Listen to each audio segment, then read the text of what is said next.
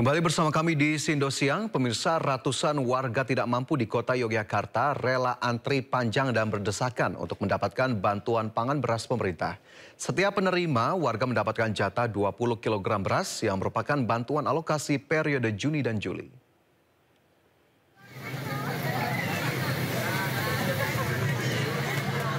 Kantor Kecamatan Mantri Jorolan Kota Yogyakarta ini ramai dipenuhi warga yang rela antri panjang dan berdesakan untuk mendapatkan paket bantuan pangan beras yang disalurkan Bulog wilayah Yogyakarta Minggu siang. Bagi warga, bantuan pangan beras baru pertama kali dirasakan sepanjang tahun 2025 ini. Warga bersyukur karena cukup memenuhi kebutuhan pangan sehari-hari di tengah mahalnya harga beras di pasaran. Seneng nggak, Bu? Enak. Udah lama nggak pernah dapat baru ini. Ini Bu dapat berapa ini Bu? Ini 20 kilo. Dapat 20 kilo. Dari jam 9 sampai jam sekarang tadi. Lebih. Pembagian bantuan beras ini disalurkan kepada warga tidak mampu yang berasal dari 2 kelurahan yang jumlahnya mencapai 955 penerima. Apa Mbak? Itu diambil dari data DTS. Apa itu? Data Terpadu Sosial Ekonomi Nasional. Itu berarti mereka katanya yang mampu atau nggak mampu atau seperti apa Mbak? Yang tidak mampu, bagiannya yang tidak mampu. Untuk mendapatkan bantuan pangan beras, warga harus menunjukkan identitas diri dan KK serta surat undangan yang telah diterima. Dari Yogyakarta, Gudanto Farhan, iNews melaporkan. Pemirsa, pemerintah terus mengungkap praktek beras oplosan. Presiden Prabowo pun menegaskan akan menindak tegas pengoplos beras.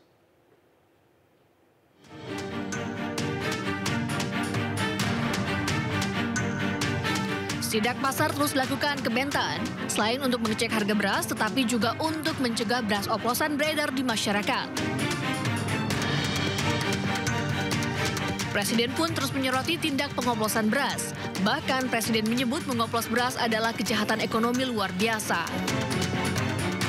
Masih banyak ada permainan-permainan jahat dari beberapa pengusaha-pengusaha ya,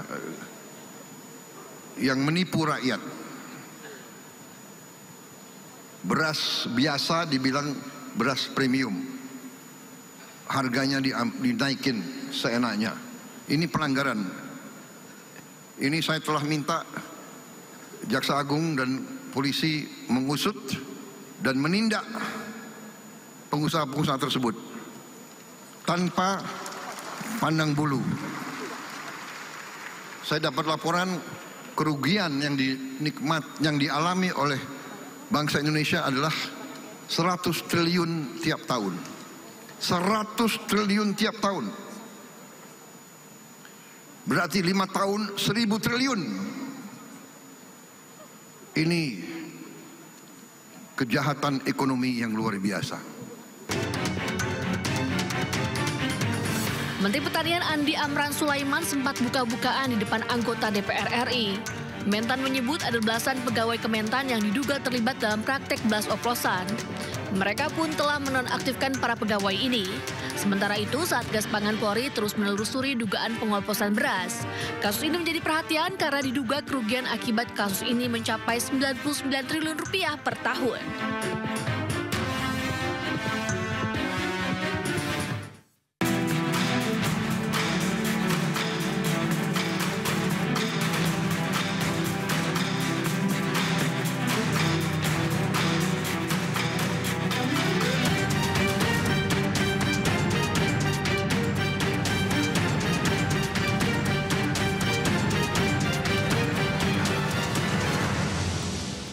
Presiden Prabowo Subianto resmi meluncurkan 80.000 koperasi Desa Merah Putih. Peluncuran dilakukan di Klaten, Jawa Tengah. Kecamatan Wonosari, Kabupaten Klaten, Jawa Tengah. 80.000 koperasi Desa Merah Putih resmi diluncurkan hari ini di seluruh Indonesia. Koperasi memiliki konsep gotong royong. Presiden Prabowo hadir langsung dalam peluncuran koperasi Desa Merah Putih. Acara ini juga dihadiri oleh sejumlah jajaran Kabinet Merah Putih. Selain itu, acara ini juga dihadiri secara online oleh para pemimpin daerah dari seluruh wilayah di Indonesia. Presiden Prabowo soroti tindakan serakah para koruptor, bahkan memberi istilah baru yaitu serakahnomics. Yang ingin saya sampaikan adalah pengusaha-pengusaha yang serakah. Kita perlu pengusaha. Saya pengusaha sebelum saya masuk politik. Tapi ini sudah bukan pengusaha yang benar. Ini bukan bisnis. Ini bukan entrepreneurship. Ini adalah keserakahan. Ini adalah serakah. Jadi ini bukan mazhab ekonomi lagi. Ini nggak diajarkan di fakultas-fakultas. Ada yang mengatakan ada mazhab ekonomi liberal, neoliberal, klasik, pasar bebas, sosialis, ekonomi komando, dan sebagainya. Ini bukan, ini tidak, ini lain. Ini saya beri nama serakahnomics. Ini adalah serakahnomics. Ini tidak perlu kita kasih perlakuan yang baik. Saya sudah kasih warning berkali-kali sekian bulan. Tolonglah patuhi ketentuan, patuhi undang-undang. Masa tega petani setengah mati?